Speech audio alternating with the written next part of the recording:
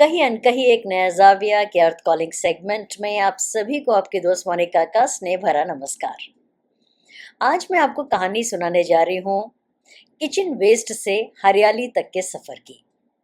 ये कहानी है एक 24 वर्षीय महिला मालती की। मालती एक होम मेकर है, यानी कि वो एक गृहिणी है। और उसका जो हस्बैंड है सुरेश, वो सॉफ्टवेयर इंजीनियर है और वो आईटी फर्म में काम करता है। जैसा कि सभी गृहिणियों के साथ होता है या होम मेकर्स के साथ होता है कि वो घर के न जाने कितने कामों में लगी रहती हैं सुबह से शाम तक, लेकिन उनके उन कामों को कोई एक्नॉलेज नहीं करता, यानी कि कोई उसको नोटिस नहीं करता। वैसे ही कुछ उस दिन मालती के साथ हुआ। मालती भी सुबह से शाम तक न जाने किन किन कामों में लगी रही। शाम को जब सुरेश ऑफिस से घर आया तो चाय देते हुए उसने कहा, आज मैं बहुत थक गई हूँ। सुरेश ने बिना ये जाने हुए कि वो किस वजह से थक गई है, उसका बड़ा स्ट्रॉन्ग सा रिएक्शन आया। अरे भाई, तुम किन कामों में थक सकती हो? इतने ठाट बाट से तो तुम रहती हो।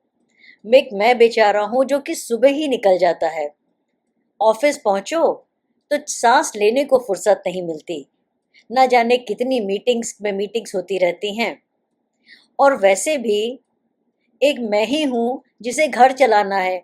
कौन सा तुम्हें घर चलाना है? ये बात मालती को कहीं ना कहीं बहुत चुभ गई। ये कहते हैं ना कि जब आपकी जो सेल्फ एस्टीम होती है उसे कोई ठेस पहुंचाता है तो आप बर्दाश्त नहीं कर पाते। वैसे ही कुछ उस दिन मालती के साथ भी हुआ। अगले दिन जब मालती सुबह सो करके उठी तो उसके दिमाग में सिर्फ एक ही ख्याल था कि मुझे अपनी काबिलियत का लोहा तो मनवाना है। लेकिन अब सवाल ये था कि मालती ने सोचा कि मैं करूं तो क्या करूं।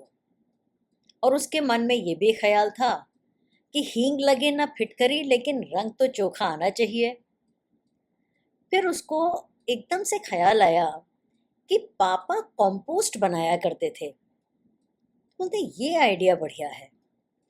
तो फिर क्या था, मालती ने 3 डब्बे निकाले और उन डब्बों में एक में उसने उस दिन जितनी सब्जियों के छिलके थे वो उसमें उसने डाल दिए।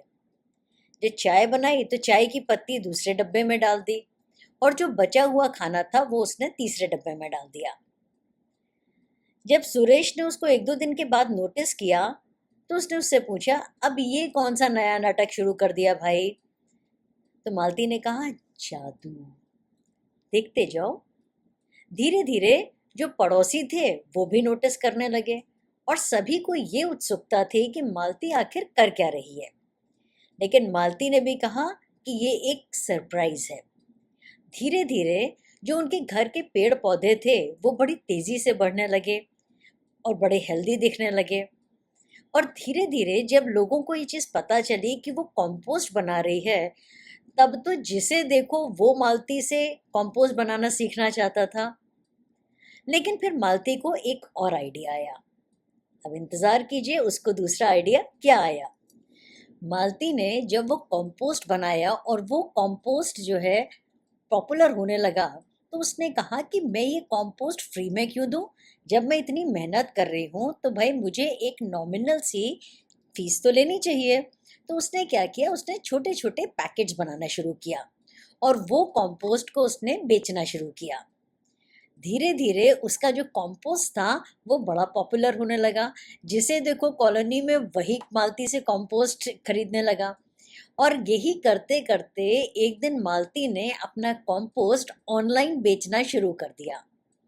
और जब मालती की पहली कमाई हुई तो उसने उसने सुरेश से कहा कि जनाब, अब सिर्फ आप ही घर नहीं चलाते हैं। ये जो मेरी कमाई है ना, ये भी घर पे ही खर्च होती है। तो अब अगली बार ये मत कहना कि खर्च सिर्फ तुम ही करते हो घर पे। मैं भी बराबर की हिस्सेदार हूँ। उस दिन सुरेश को अपनी गलती का एहसास हुआ और उसको लगा, अच्छा, अब मुझे समझ में आया। उस दिन तो तुमने कुछ नहीं कहा था, लेकिन तुम्हारे मन में ये चल रहा था। तो उस दिन मालती ने कहा कि हाँ, मेरी उस दिन जो सेल्फ एस्टीम थी उसको बहुत धक्का लगा था सुरेश। मुझे तुम्हारी ये बात बिल्कुल पसंद नहीं आई। तो खैर, सुरेश को भी अपनी गलती का एहसास हुआ और उसने उससे अपोलोजाइज भी किया। विशेषज्ञों का माने तो जो गीला कचरा हम लैंडफिल में फेंकते हैं, इससे मीथेन गैस निकलती है और यही मीथेन गैस क्लाइमेट चेंज का सबसे बड़ा कारण है। मालती के एक छोटे से प्रयास ने 60 किलो गीले कचरे को कंपोस्ट में कन्वर्ट कर दिया, जिससे कि उसने ऑर्गेनिक फर्टिलाइज़र बनाया। जब मालती ये प्रयास कर सकती है तो हम और आप क्यों नहीं कर सकते? कहानी सुनने में मज़ा आया ना? लेकिन सब्सक्राइब नहीं किया होगा। अरे बाबा, कब करेंगे सब्सक्राइब? और ना सब्सक्राइब किया है आप लोगों ने, ना नोटिफिकेशन का बटन दबाया है, तो हमारी अगली कहानी का नोटिफिकेशन कैसे आएगा? चलिए जल्दी से सब्सक्राइब कीजिए और बेल आइकन को ज़रूर दबाइए। चलिए मिलते हैं अगले एपिसोड में एक नई कहानी के साथ में, एक नए मुद्दे के साथ में। तब तक के लिए कहीं अनकहीं एक नया ज़ाविया की पूरी टीम की ओर से नमस्कार।